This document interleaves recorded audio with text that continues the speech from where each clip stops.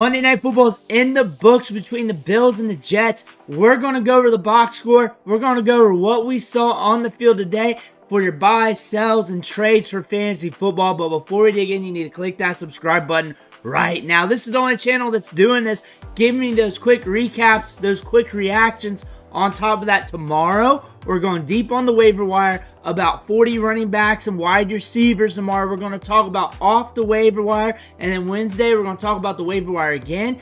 Friday and Saturday will help you set your lineups for deep leagues and your traditional redraft leagues. Click that button. Stop missing out. Ric Flair's watching. You do not want to disappoint him. We are looking at a game that hit the over by 2 points, 43 total points. The first game in the last 5 games to hit past 40 points total in this matchup.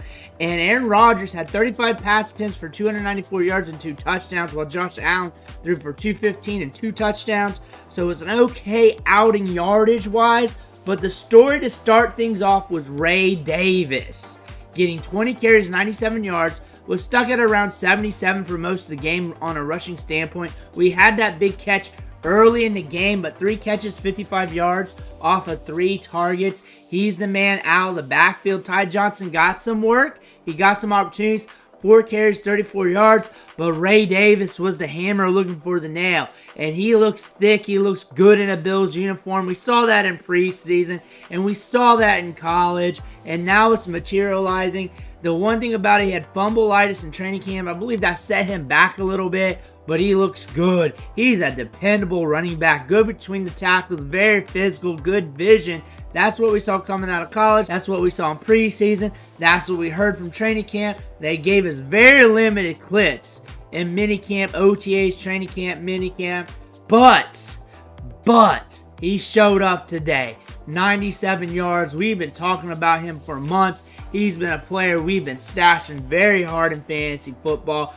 But the call that I made that was funny earlier today, the Dawson Knox call, that he would get that random touchdown, just due to that tough Jets defense, due to Josh Allen having to go through his progressions around the goal line, and he got it. Another one, Mac Hollins, just watching out for him. He got a touchdown. Nothing big there. He didn't really help you in fantasy because that's about 6 points right there. The catch makes it 7, so 7.8 PPR fantasy points. But that was funny to point out. And Keon Coleman got 4 targets in this matchup. A lot of them was late in the game, but still 3 balls caught, 26 yards.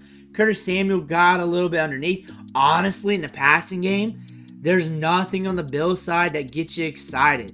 Nothing really. You got Dawson Knox if you put some cheap chips down in DFS to load up the rest of your lineup for this matchup. However, you go over to the Jets side, Allen Lazard getting it done, 7 targets, catching 6 of them for 114 yards and a touchdown. Garrett Wilson hit early with that touchdown, over 100 yards, 8 balls caught. Breece Hall was a massive hit today. Massive. He went off 113 yards rushing on 18 carries, 5 balls caught, 56 yards. Went off. Running backs go off against the Bills. That's just what's happened. The big thing, though, Braylon Allen didn't hit. We were wondering, because this was a great matchup for him to sneak a goal line look. For that to happen, that just did not happen. Honestly, the Jets were not in the situation for that to happen too much. That just wasn't happening. That is something that I probably should have called out a little bit more, considering how low scoring this game was projected to be. 43 points scored, over under a 41. And most of the games, the last 5 hit under 40 points. That being said, we were going to be in this range, and we were in this range. That really curtails the odds, considering what we were seeing historically from this matchup. Braylon Allen, though, 3 carries, 8 yards. It is what it is. Tyler Conklin, 3 targets, 2 balls caught, 10 yards. Tight ends are going to tight end, like I'm going to say. Mike Williams, looks like he got banged up on the end of the game. 3 targets in this matchup. That being said, the storyline today, Breece Hall going off, Garrett Wilson getting his touchdown, Allen Lazard hitting, but Ray Davis is the man here. He's going to earn more opportunity. When Cook comes back, he better be the one to be back. He better be getting 10 opportunities a game. He better be that guy that we got to look at in our lineups every week from now on for fantasy football and have to make those tough choices.